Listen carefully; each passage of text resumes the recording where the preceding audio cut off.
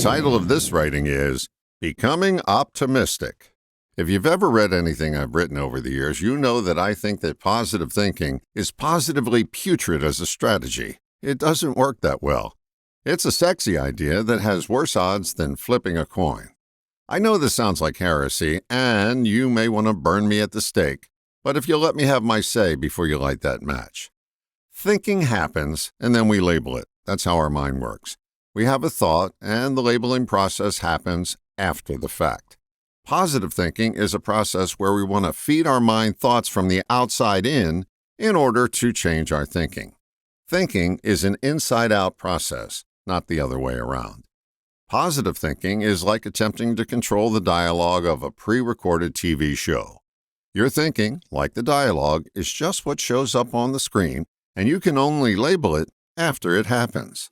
I'll readily admit that positive thoughts feel better than negative thoughts, but you can't change your thinking by force-feeding yourself positive thoughts. You may come up with a positive affirmation like, "I am healthy, wealthy, and wise," and repeat it over and over again, and each time you say it, it is offset by your subconscious conditioning, which often counters with, "You're sick as a dog, poor as a church mouse, and dumber than a stump."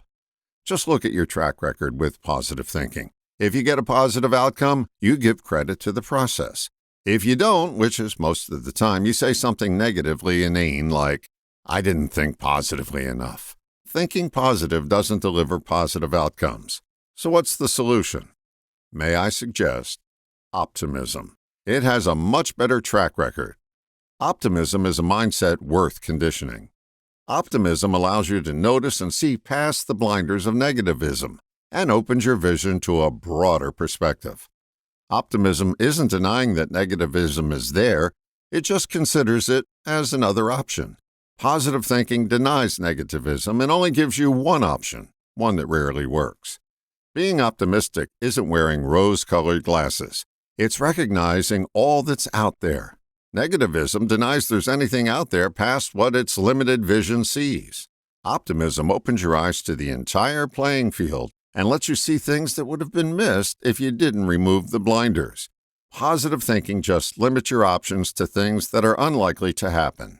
If you're going to develop a habit, I highly recommend that you develop one that will broaden you, not limit you. Develop the habit of optimism. It has two major benefits.